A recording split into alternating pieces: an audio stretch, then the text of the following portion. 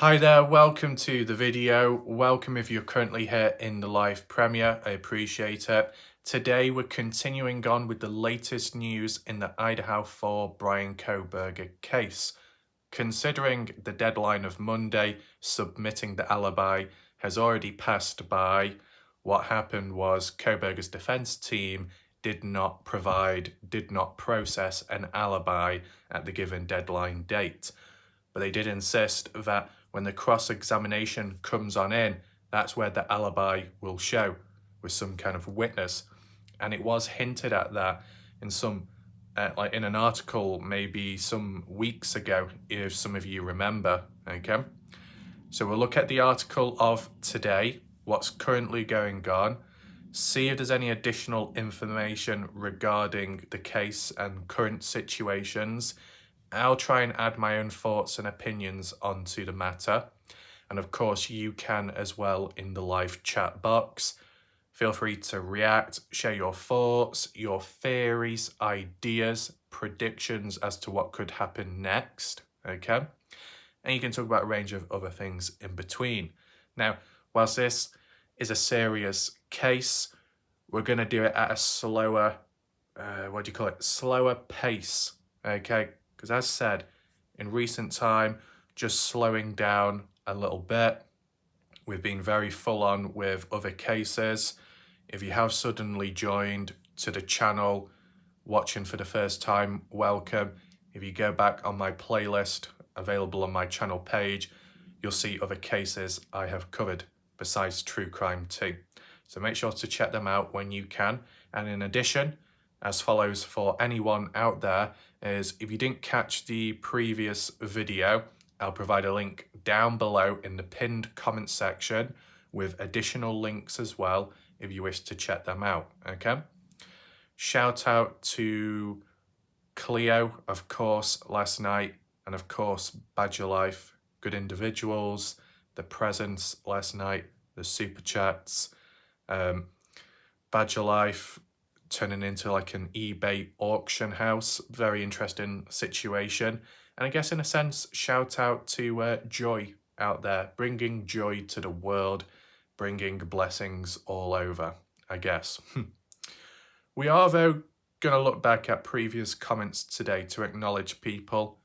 You know, while some say, oh, we're coming to the end of a chapter, closing the book in some area, we can at least highlight the last few comments of the previous video. There's no harm in doing that.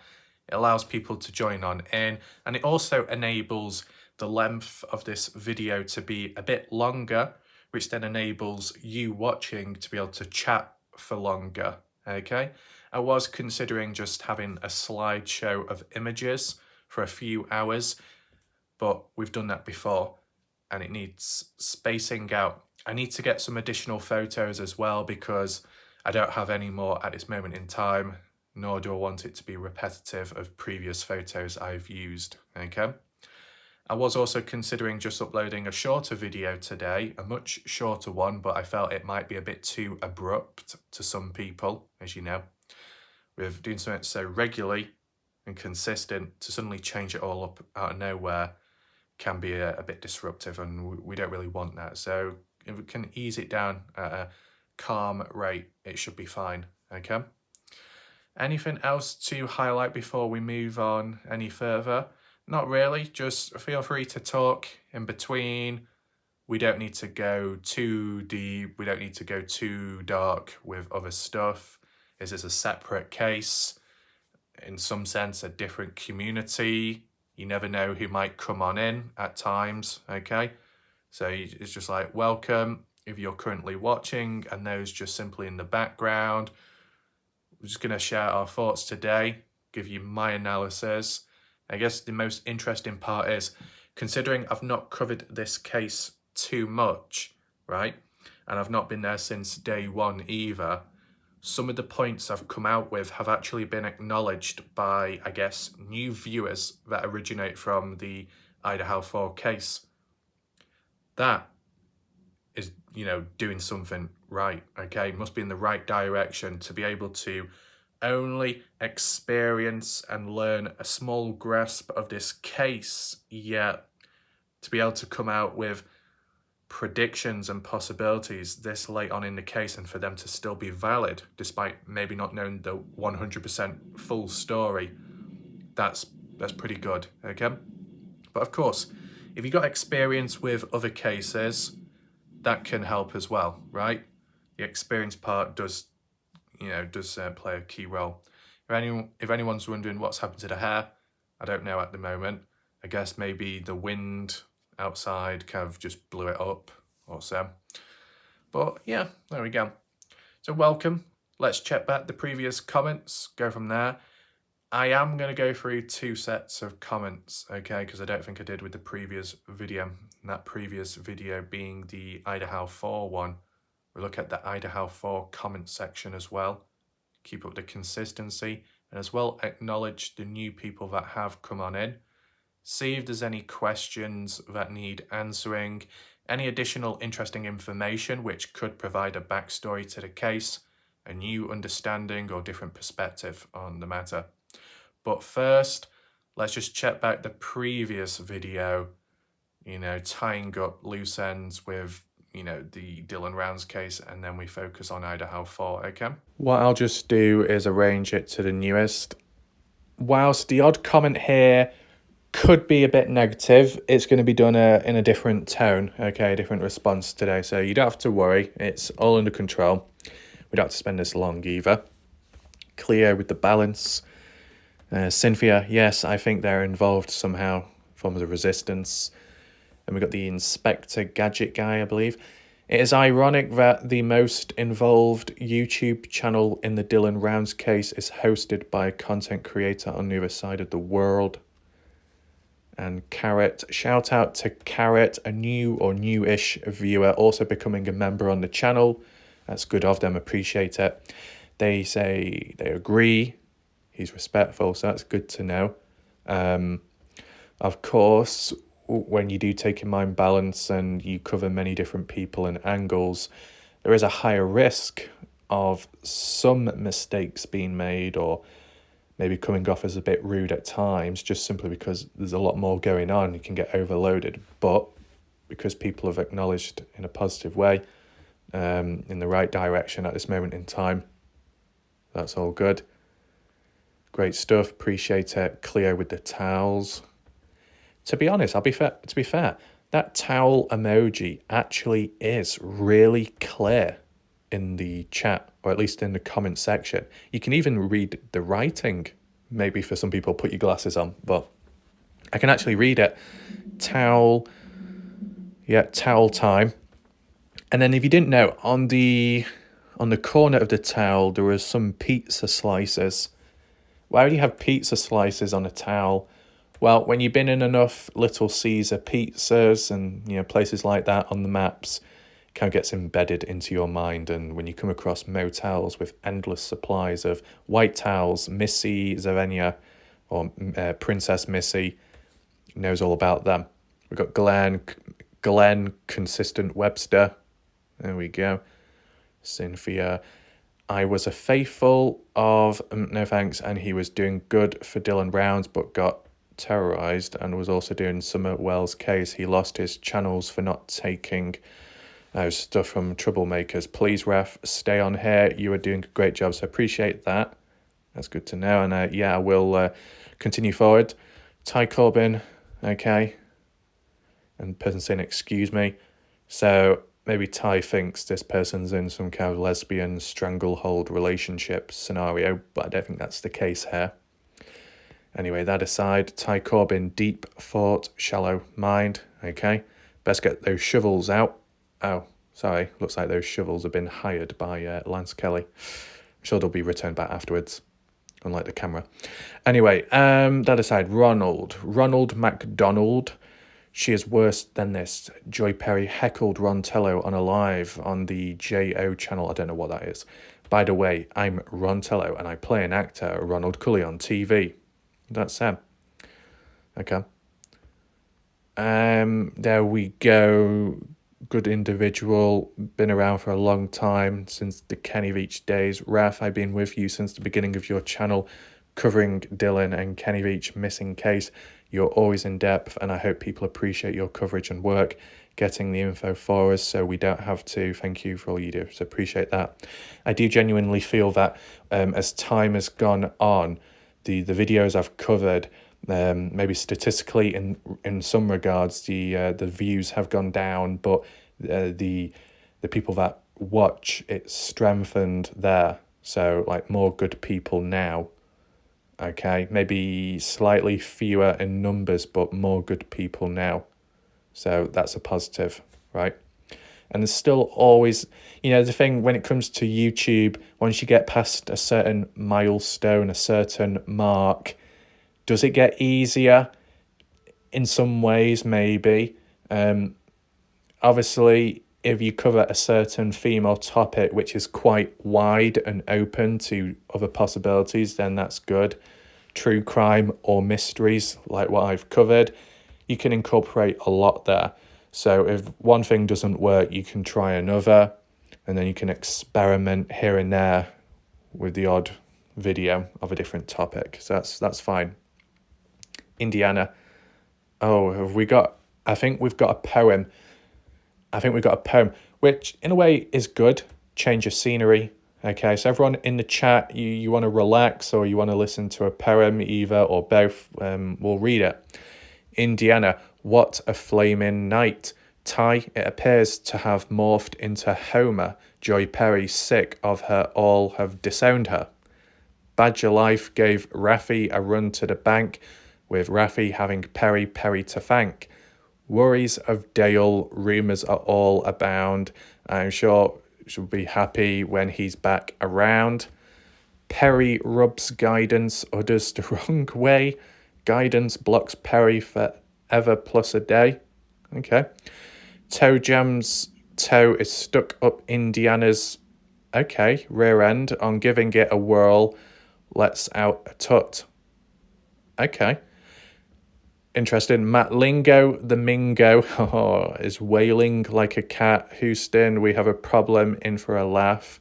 Watcher Crazy is watching the drama. Is there any way in which we could calm her? Tasha T's out there won't share her bush, lurking, yet Tasha T is never out of touch.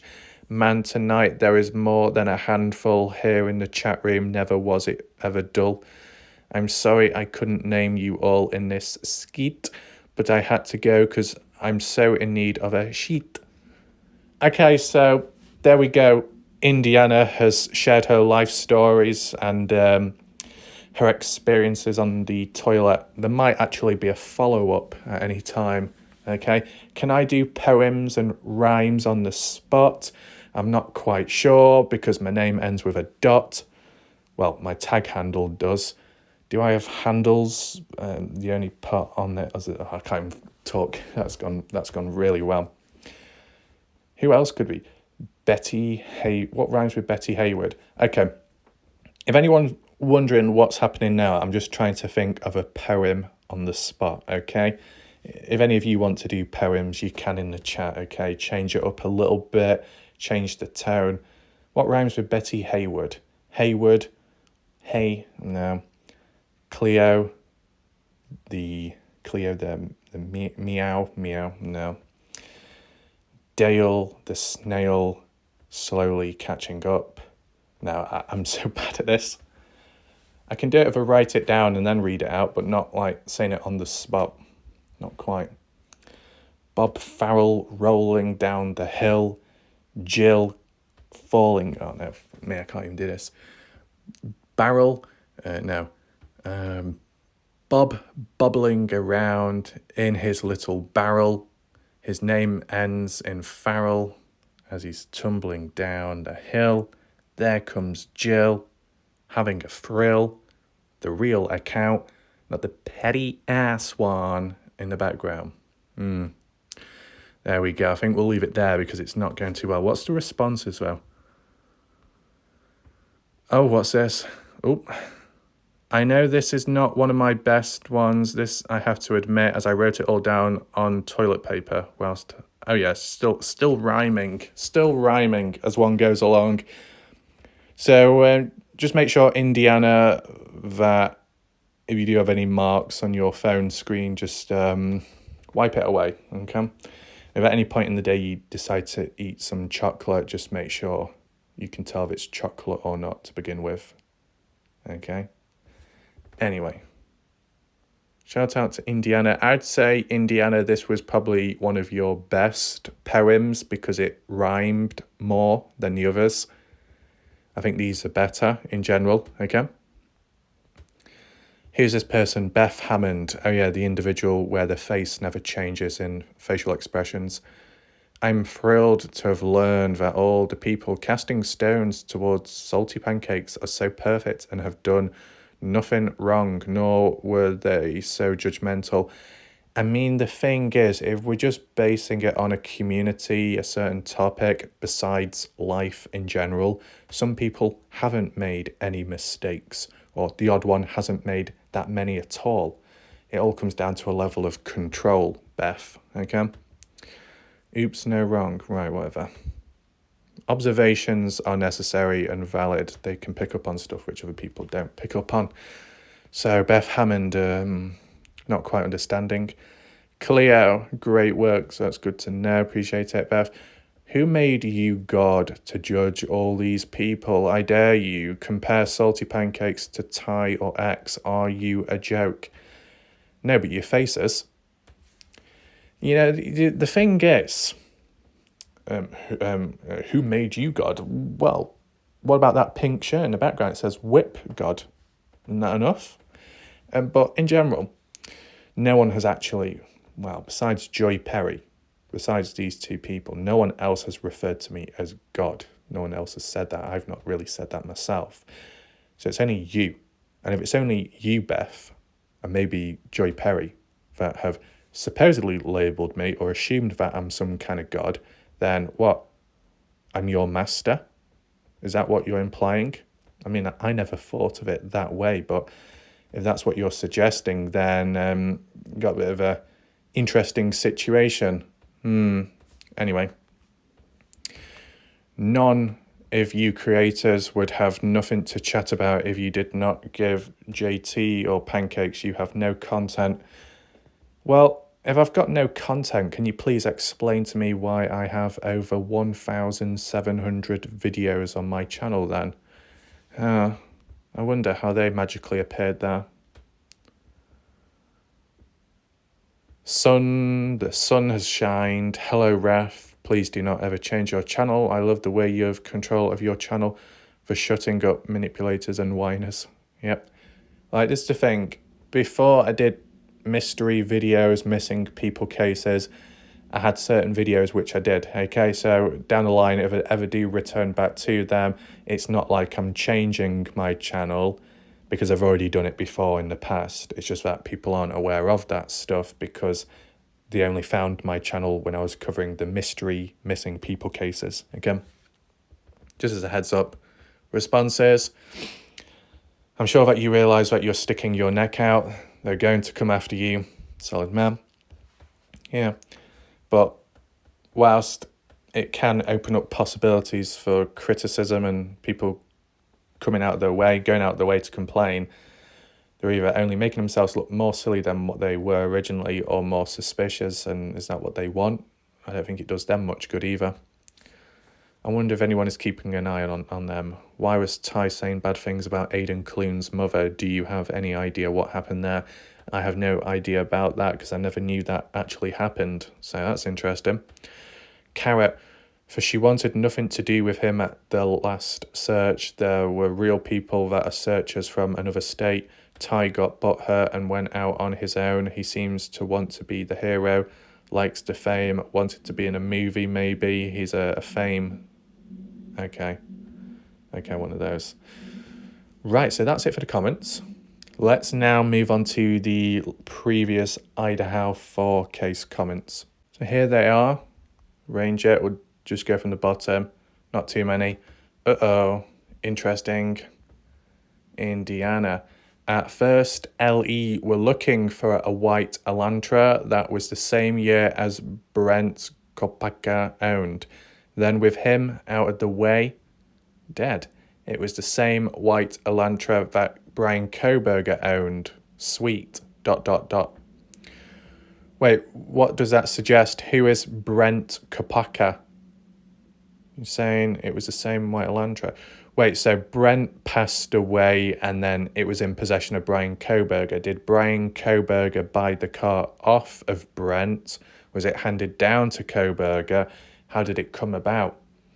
Or was it more so the car of Brent was taken away by a company or something like that, authority, and then Kohberger came across the car like a second-hand dealership or so and then bought it from there? Does anyone know? If you want to feel free to fill in the gaps if you can, okay? And why did Brent Kopaka pass away? Was he taken out by somebody? Was it natural causes, an illness? If it's to do with foul play, is it suggesting that Kohberger was the one responsible? Heard theories and ideas, suggestions only that Kohberger, it's not the first time he's taken people out. It's happened in the past, supposedly. You never know what might come out down the line. We'll just check the responses. Okay. So XOX silent trial, MXOX, bit of a wordful of a username. Shout out to them, new viewer coming on in saying, and Kaylee's ex-boyfriend Jack drove a white Elantra at times, owned by his family that lives only a few minutes away, but let's ignore that like we have to ignore the other 3 sources of unidentified male DNA at the scene. Indiana, right, so this is very good of XOX to leave a comment like this, because me personally, I didn't know about it. Realistically, I wouldn't know about it because of covering other cases, but it just fills in that role, that possibility, okay? And maybe we can refer to it later on. But yes, you do have additional DNA of unknown males inside and outside of the place, trying to understand why is it there, who does it belong to, first of all, right? Does it tie in with Kohberger or not? Was it before or after the scene of the crime taking place, right? We had that where you dish it out back and forth, theorize, come up with counterpoints. But then there was always that other, evidence or findings, possessions, supposedly relating back to Kohberger, supposedly in the area at the time, which it was like an anchor in a way. Whereas you can go off different routes and pathways to understand possibilities of Kohberger being innocent, another person being responsible, because there might have been the odd few possessions looming over in the area at the time of when it happened, linking back to Kohberger. It kind of like pulled you back, like if you were attached to a chain, anchored down, unable to move about. But when people like this, with these comments come on in from what they know of, what they've heard with time, and it turns out to be true, it opens up those possibilities once again, right? I was suggesting recently that is there a possibility that another individual stole possessions owned by Kohberger and used them at the time, at the scene of the crime, maybe to actually get themselves to the place, but also plant DNA in the area belonging to Kohberger to make it seem like he was the one that truly did it, when that wasn't the case. That was my thought. But when this comes into play, this factor, Kaylee's ex-boyfriend Jack drove a white Elantra at times, makes you think it's white, it's an Elantra, those possibilities are there. What about the license plate? Isn't that one thing to acknowledge about? If Kohberger just so happens to have a white Elantra and Kaylee's ex-boyfriend called Jack owned one too, obviously the license plates would be different from one another. So isn't that all you'd have to do, compare one with the other? My suggestion or point to highlight would be, if the possibilities are that the white Elantra within the area was of the ex-boyfriend Jack, possibly hinting at a different lead, a different suspect involved in the case. Who knows? Possibilities could be endless. If it was Jax at the time in the area, seen, spotted on camera or not, then where is Kohberger's white Elantra then? Okay, one or the other, you could suggest. Okay, if Kohberger's actual car wasn't in the area, but another one was, which was very similar, then where's Kohberger's car at? Did Kohberger hide it? Is it back at his place of living? You know, surely they would have followed that up, right? And what about the license plate check? I don't know how it works in the US, but I'm sure there's systems online or forms of communication where you can enter it in and then it will say who it's registered to and who bought it and who previously owned it, right? Is that a possibility? Let me know your thoughts.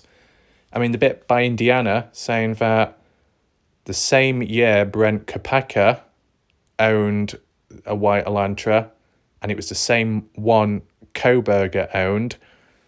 So Brent had it first, followed by Kohberger, passed down or exchanged in some way. Okay. Does that link on though to what XOX was suggesting? No, they were suggesting that there's another car similar, owned by his family that lives only a few minutes away. The fact that it's only a few minutes away, would you actually need a car then to get from one place to the other? Maybe as a quick exit route, okay? You're not going to be casually walking back and forth once you've done what you've done. You want to be quick and efficient to try and get away and not be detected, regardless of the time of the day, right?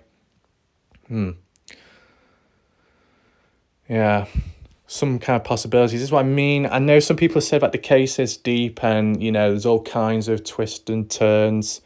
We'll see what happens with that article later on in this video, if it does highlight possibilities too. Cleo, thank you, you're welcome. Right, so this person, default profile, your format is not appealing. I don't want to see a giant close-up of your mug for most of the video, no offense. Don't worry. I mean, as for when it comes to mugs, I don't have one currently, but I'll make sure not to apply my face on it if you ever drink out of the mug, okay?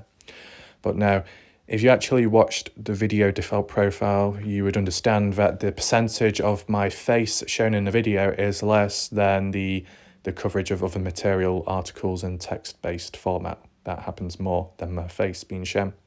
Same applies in today's video. So if you're still around default profile, feel free to check this video out. It might be more interesting to you. Cleo, I can listen to you read honestly for hours. Well, that's good to know. Could I listen to myself for hours? No. What's this one? Inspector Gadget. So Kohberger's team is already resorting to throwing Hail Marys. The knife sheath is such a damning piece of evidence. True. So the evidence will do anything to create reasonable doubt. Response. It really isn't, and who else DNA is on it? That line, it really isn't. Not really, no. I don't know, it's just a bit of I see it a lot on TikTok, that little response, it's a bit, But let me know your thoughts, Inspector Gadget, once we've read the article of today. What's your thoughts and opinions there? A quadruple murder just to frame an awkward grad student from a neighbouring university seems far-fetched. Warlike Raf is right to look at all angles there. To the naked eye, of course. Right, is this person hinting at possibilities? You never know. New viewer, Brad. Angelina. Are you hungry? Or like thinking, I wonder what it could be. I don't know which one. No matter how this case turns out, Kohberger had an awful first semester in his doctoral programme. Yeah, seems to be the case. First impressions, not looking good. Down the line, what happens? What happens if Kohberger is cleared off this case? He's no longer a suspect and he's a walking free man. The lasting effects it can have, people still making judgments, yeah. But even if he was supposedly innocent and it was proven, what about his behaviour though? At, the WSU university, whatever it's called, the university, the way he had the running verbal altercations with that professor he was working under, right? The way students were reporting him for his slightly unusual behaviour and behavioural changes at times, and the odd person saying that he did questionable things, like following someone to a car, which was a bit weird. Some people may pick up on it more than others, but when you've got these negative impressions by a range of different people, both students and ones higher up in authority, you try going back, they're probably not going to accept you. You go to another place, I don't know, they're going to ask for a reference, and if you don't have a good reference, then it's not a good start, right? So you think of the long-term damage it can have on Kohberger at the end of the day, innocent or guilty, there can be long-term damage, right? Just depends if it's deserving or not, depending on guilty or innocent, right? What else do we have? Oops, I don't like it when it does that. Pam, thank you for the updates. Timing in all things will be brought to light. You're welcome. Glad you appreciate that. Lisa Mayer, shout out to Lisa, new viewer, saying, that's a good point that the glove may have fallen out of a pocket. I have a hard time believing that he did it with no other DNA or blood anywhere. Fair point, yeah. I mean, anyone else in the chat, do you think if Kohberger was truly responsible and present at the time, would he have left more DNA behind, more traces, so it was more obvious, besides the knife sheath? Any thoughts there? And besides the knife sheath, if that was taken away, the knife sheath, would we be where we are right now?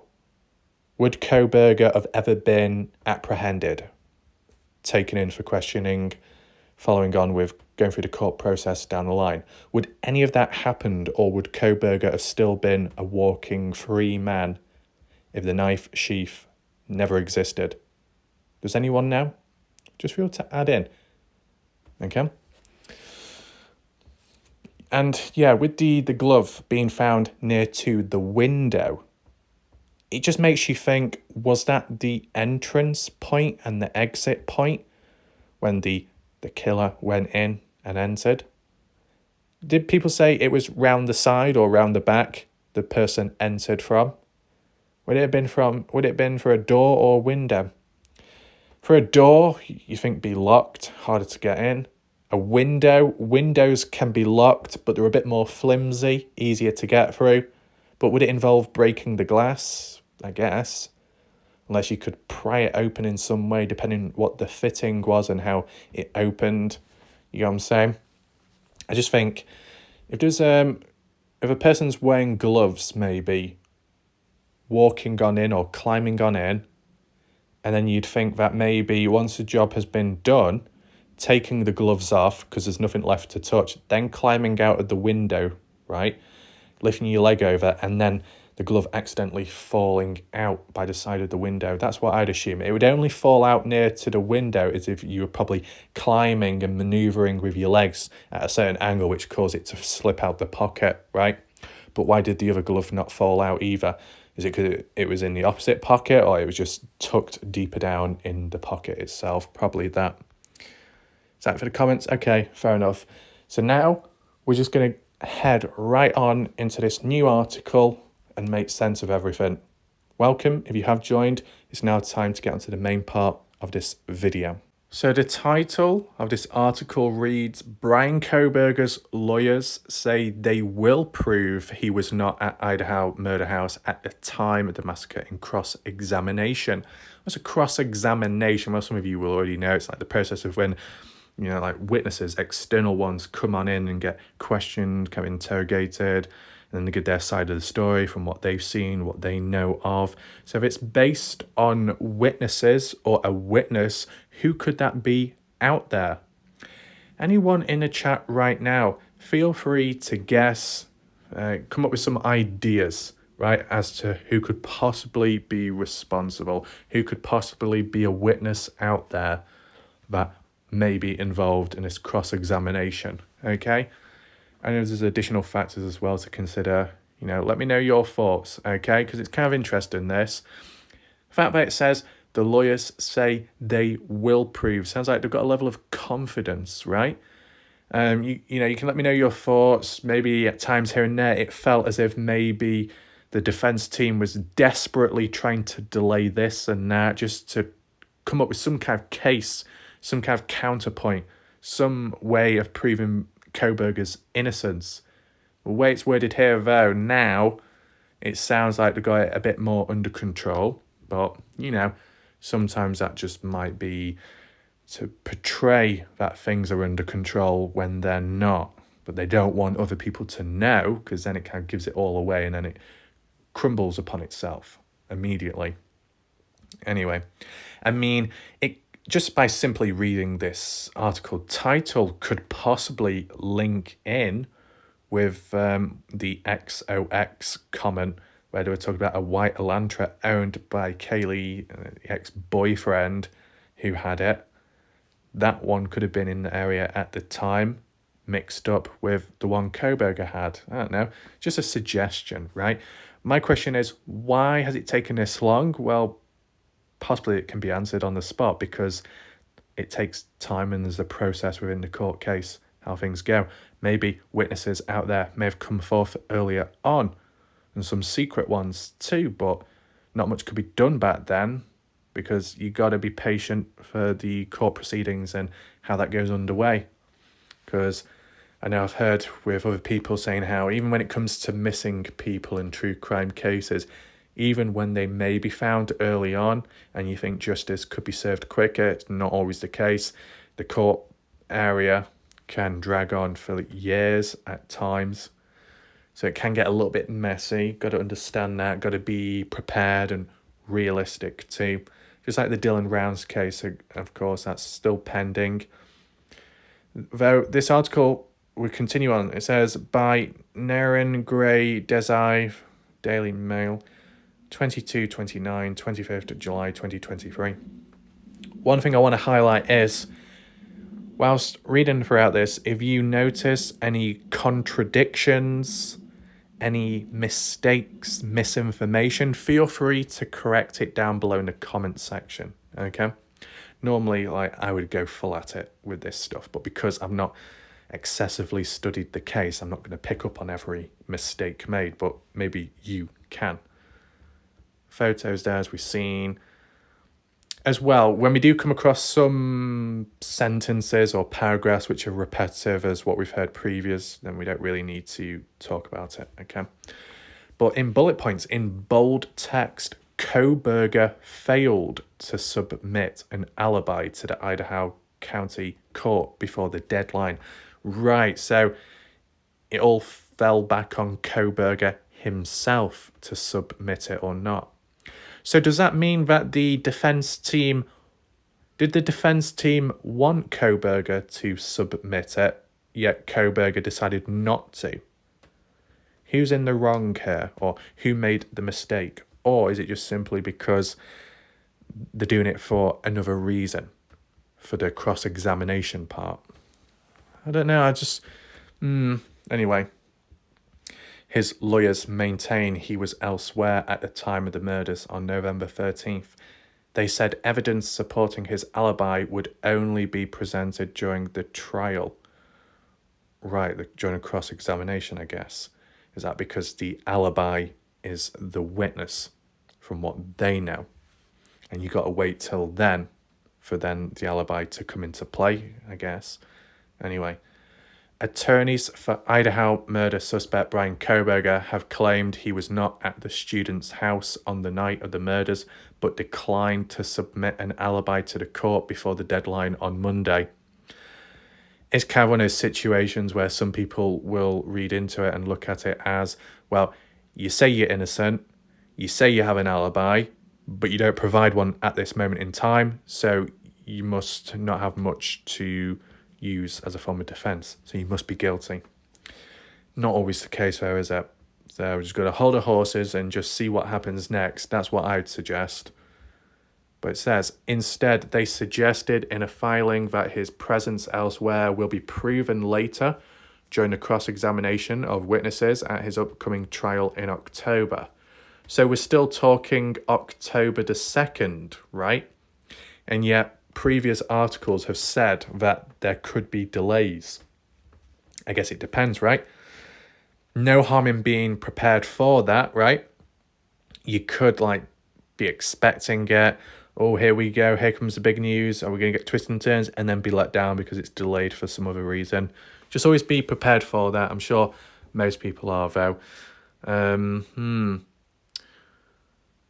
Right, elsewhere will be proven later. So the cross-examination of witnesses will occur in October, possibly October the 2nd. Now, it's not, is it going to happen all in one day? Probably not. It could stretch out over the course of October, over the course of days, depending which witnesses come up. The fact that it says witnesses means more than one.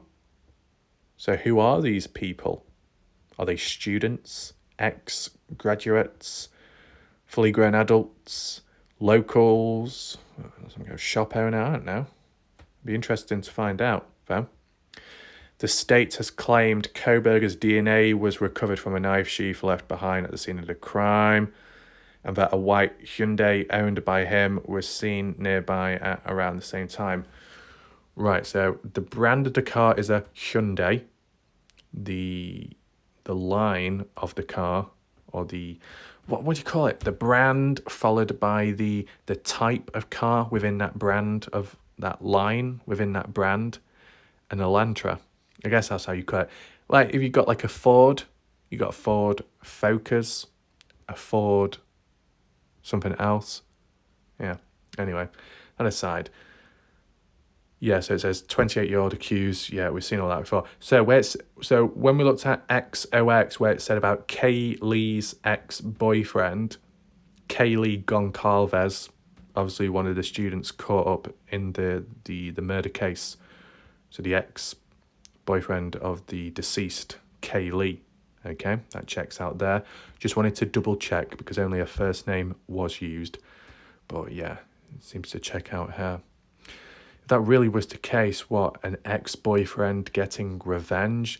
If that really was the case, though, then why would he take it out on the other individuals at the place to silence them? Or he had a dislike for those people too? Yeah, you just got to look at it on, got to think on a bigger scale holistically, right? If it was just one person taken out and there was no one else around, you could say it was more targeted, more precise, deeper motive behind it, right?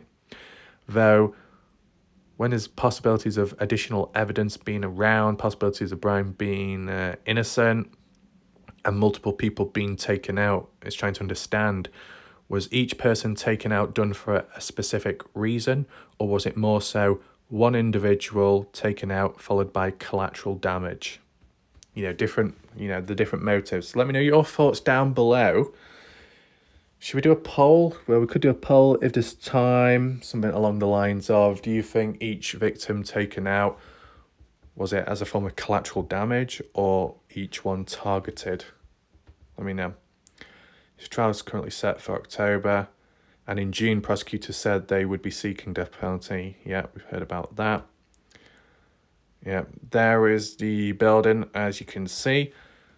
Right, so that's the one that's blurred out on Google Earth, though in the past, that specific building wasn't blurred out. It was the one next to it. So that was a bit of a weird scenario, that. I'm kind of annoyed that I never recorded or documented it at the time. It would have been useful, to be fair. But you can see the windows boarded up. It makes sense, right? Because you'd only get people trying to sneak on in or look through the windows and take photos. Best sealing up as best as possible. What is that trailer though on the side? Authorized personnel only, no trespassing. Or is it like a small little security box which you can be inside of? Seems like some kind of aircon on the side, followed by a window too. Maybe it's for security. Yeah, okay. Idaho law stipulates that defendants must submit an alibi defense to the court within 10 days of a written demand from the prosecuting attorney. When the Latah County prosecutor in this case made that request in May, Kohberger's defense team appealed for an extension on the grounds they had not had enough time to review the prosecution's evidence. So, if the alibi was never submitted and now they're saying that it all comes down to the cross-examination of witnesses, if it all comes down to those witnesses, then why did they need time for the extension of trying to think of a defense or think of an alibi earlier on then? Did they not know of those witnesses at the time? So that's why they were looking into that aspect element, or did they already know about it? If they already knew about it, then what were they doing in that time by extending it? Tying up loose ends, double checking that it all checks out, possibly. I mean, at the end of the day, it's like a normal thing to extend something just to make sure, regardless of the situation, on the good or bad side, just so that you're locked in. But you got the story somewhat straight. No room for errors. Because if there are, you're going to be screwed. Okay? And in a position where you're supposed to be defending someone, you want to do a good job, best as possible. Anyway, what else do we have here? A new deadline was created, set for July 24th, yeah. In a notice filed on Monday evening, his attorney Anna Taylor wrote that a client would be invoking his constitutional right to silence and would not be submitting an alibi defense. Right, so we're seeing that continuation of silence from Kohberger. Is he following a tactic? Would you say he knows exactly what he's doing? Let me know your thoughts. He's remained silent before, right? And the judge, Judge John Judge or something, had to speak on his behalf at the time.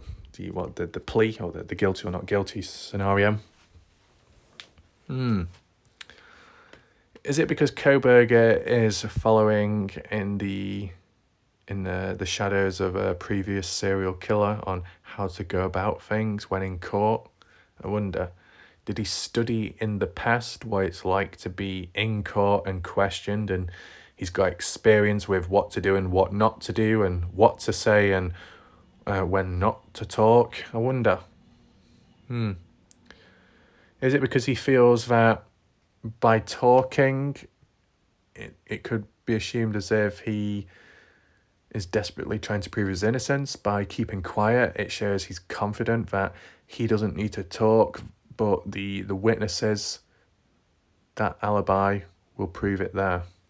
He doesn't give off much in facial expressions either, so maybe that's its own method too, besides the silence. In quotes, Mr. Kohberger's defense team continues investigating and preparing his case, she wrote. Evidence corroborating Mr. Kohberger being at a location other than the King Road address will be disclosed pursuant to discovery and evidentiary rules as well as statutory requirements, she added. There is a suggestion, therefore, that Kohberger's team may have additional evidence that has not yet been provided to the court. So where is it then? Taking some time to process, to gather? So possibilities of background stuff going on could reinforce certain areas. Interesting. It is anticipated this evidence may be offered by way of cross-examination of witnesses produced by the state as well as calling expert witnesses, wrote Taylor. Right, so we're talking about evidence coexisting with these witnesses. Is it something like the witnesses will be presented that evidence and they respond back saying if they have heard of it before, they've seen it elsewhere, they know who it belongs to, whatever the questions might be and what the evidence is itself, physical hard evidence, digital evidence, online stuff, photos, timestamps, who knows, all kinds of evidence can occur. And with what we've seen in previous articles where they said the amount of data, media, and material recovered within this whole case have been quite high. So if you got background stuff as well going on, despite the high volume of material gathered and collected, if there's still stuff going on in the background, then it must be somewhat important and serious, considering quite a lot has already been processed. Things still pending makes you think what that could possibly be. Pending material to prove Kohberger's innocence, but to double check things requires those witnesses to give their thoughts and opinions. So if the cross-examination scenario with the witnesses are the alibis, then those alibis you'd think probably support a certain idea when it comes to being given that evidence or questioned about it. We'll see what happens. Interesting stuff here. Last week, Kohberger's team filed a separate defense suggesting that DNA linking him to the knife sheath may have been planted. Yeah, we have looked at that possibility. In quotes, what the state's argument asks this court and Mr. Kohberger to assume is that the DNA on the sheath was placed there by Mr. Kohberger and not someone else during an investigation that spans hundreds of members of law enforcement and apparently at least one lab the state refuses to name. They wrote, yeah, we saw that. The defense also wanted more information on how the FBI used the DNA to create family trees that led to Kohberger to begin with. Yeah, we've seen that. Yeah. When DNA is found at the scene of the crime that does not belong to victims, the first thing police do is run it through their own database to check if it matches the DNA of any previous offenders. Makes sense, I guess. This process is referred to as a short tandem repeat, STR comparison, and attests the sample against 20 DNA markers, enough to identify the person if their own DNA is already in the system, or in some cases, if the DNA of an immediate relative is in the system, a parent or sibling. A criminal affidavit was filed in January, shortly after Kohberger was arrested, says that DNA matching the suspects was found on a knife sheath recovered at the crime scene close to the bodies of Morgan and Goncalves. Investigators later closely matched the DNA on the sheath found in the trash taken from Kohberger's parents' home, and a link established. Arrest December. Traditional STR done between STR profile found, KBar knife sheath and defendant's DNA. The comparison showed a statistical match. Yeah, we've seen that. The KBar, the company that made the knife believed to have been used in the slayings, has said it has no record that anyone named Kohberger bought such an item from them, but it sells to both retailers and directly to consumers. Sources say the sheath found at the scene belonged to a 7-inch utility knife, which is traditionally used as a hunting tool for chopping firewood or cutting wire and rope. That knife has not been found. Kohberger is scheduled to stand trial on October 2nd. Right, so the bit about the KBar Company who made the knife, no records that anyone named Kohberger bought such an item from them. Then it goes on to say, but it sells to both retailers and directly to consumers. Well, then if there's no records from the company itself directly selling to consumers, but they do send them out to retailers, then don't you just go and find a retailer that sells KBar knives and question them about it? But then again, how practical is that when you'll have several stores out there, here and everywhere? You don't know where it originally came from. You don't have like a price tag or a receipt, do you? So, messy situation. Even if the knife was found, besides the possible DNA evidence upon it, right, if there is any, would it even indicate where it came from? I don't know. Does anyone know? Do you know, like when you get firearms that might have like the serial code or serial numbers or some kind of tag, some kind of number, something on the firearm itself which you could trace back to maybe the owner or where it came from possibly. As you know, I'm not an expert with firearms, but does it work with knives as well or not? Let me know if you do know. But interesting there. Still, knife not found. But why was the sheath left behind? On purpose? Accidental? Planted? If it was going to be planted, the sheath, then why wasn't the knife? Why was the knife taken away? That's what I'd want to know, right? So all in all, we're really looking at October for the next big thing, the possible next big twist and turns. If there's still pending evidence, which is not fully crossed on over yet, and there are witnesses out there that are going to be attending that cross interrogation, what do you call it, cross-witnessing, cross-examination, yeah. It'll be interesting to see what happens next. Does anyone think that there will be twists and turns within this case more ahead? Let me know your thoughts down below.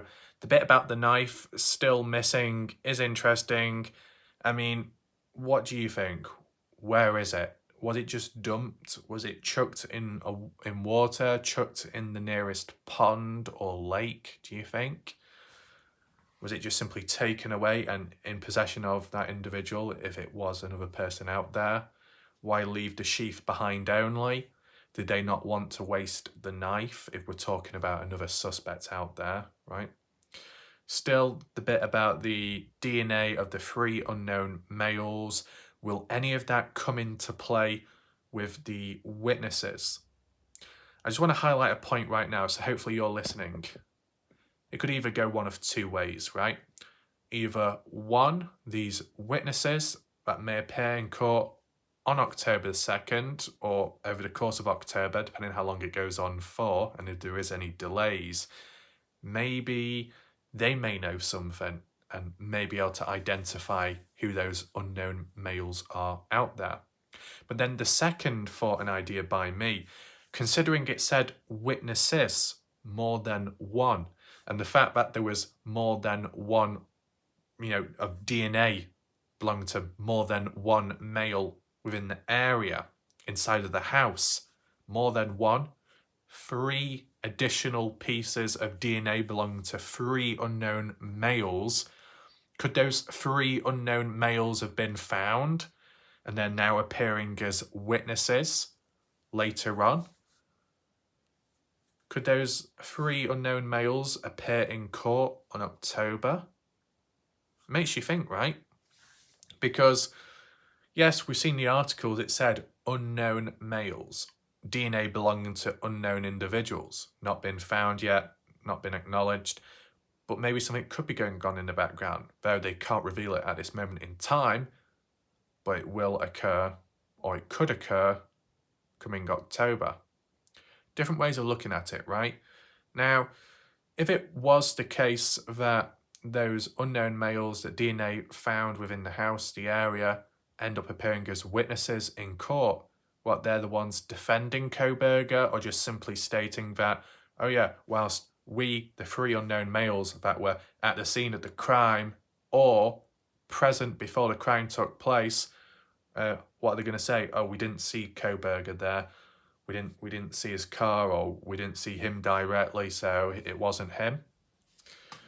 Who are these unknown males? Do they know who Kohberger is? Are these unknown males, besides the witnesses appearing in court, were the unknown males former students of the university or current students of the university? Did they ever meet or know or were taught by Kohberger personally? I wonder. So many different possibilities, and even if you haven't covered the case that much, there's still many different routes to look at, okay? Could be a bit heavy, but because we're just doing it on a light level today, it's not too bad. But just let me know your thoughts, your response to some of my ideas and theories regarding what's currently going on, the possibilities ahead, right? And as I said, I can't remember who it was now, someone to do with in court, or the news article of a previous one, saying that if Kohberger somehow was found innocent, that there was like an alibi which could prove his innocence, it would shock everyone, right? In many different ways, I guess. Shock people in that you thought that the police and authorities were so certain and dead and focused on who was truly responsible when it wasn't the case. And then the shock in that the realization kicks on in that there could well be the killer still out there walking about. I mean, you could ask yourself that ever since that case happening with the Idaho 4, has there been any continued patterns of similar behaviour within the area? Marauder type behaviour close by, slayings of other people? Yes, no. Well, there was that other occurrence in Idaho, a guy taking out 4 people. Bit of a coincidence in terms of the numbers, but not linked to Bryan Kohberger. But could you randomly suggest it might have been influenced? I'm not in a position to say that because I've not followed the case, but I'm sure someone like Glorindellen will definitely have a better idea the motives behind that one, right? It's all a matter of timing. Wait and see what happens next. There could still be talk here and there from now till then, but the true heavy material will come at a later point. So, it's kind of like a Dylan Round situation. You can come up with alternative ideas and theorize in between so you can come to a better conclusion, right? Although it might not directly help the case, you could be on track. You could be in the right direction. And then later what follows is the actual proof officially. Noticed it within the Dylan Round's case, so it's definitely possible here. But if you do have additional comments, make sure to leave them down below, and if you do have questions too, you can type them in. Hopefully you found this video somewhat interesting, and hopefully you found it a little bit more relaxed. Different topic, different theme. I know someone like Org, and I don't know where the comment was, it could have been on one of my community posts. It might have been suggesting that besides Kenny Veach and the Dylan Rouse case, try a different topic, subject or case and it might help. I don't know until later, but I do feel that maybe as for the community aspect, it might be a positive. I guess time will tell. Sometimes you've got to touch the surface or touch the waters to get an idea of whether it's worth covering or not. Hence why this has been like a backup case just to cover every now and then.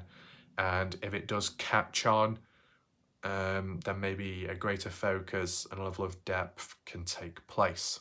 Okay. Of course, Kenny Veach is still possible to cover once the YouTube problem fixes itself. Okay.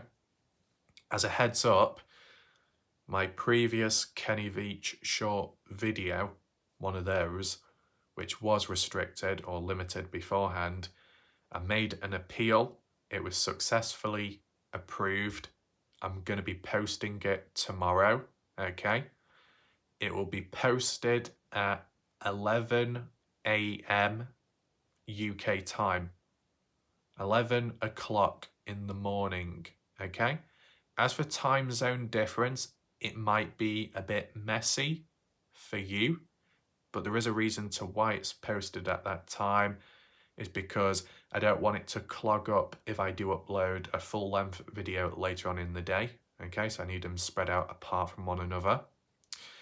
And as well, when it comes to short videos, actual YouTube shorts, what originally happened was in the past, if I upload a short at 11 o'clock in the morning, it will get coverage, it will appear on the shorts page, and it's somewhat of a success.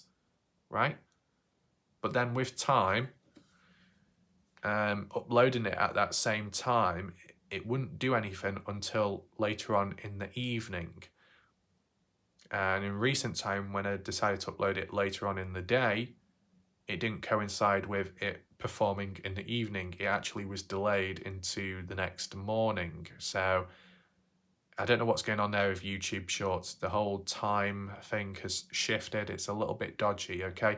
That's why I need to post it early tomorrow, and then it gains a bit of traction later on in the day. So just wanted to let you know as a heads up that there is a Kenny Veach video coming, short one, take that in mind.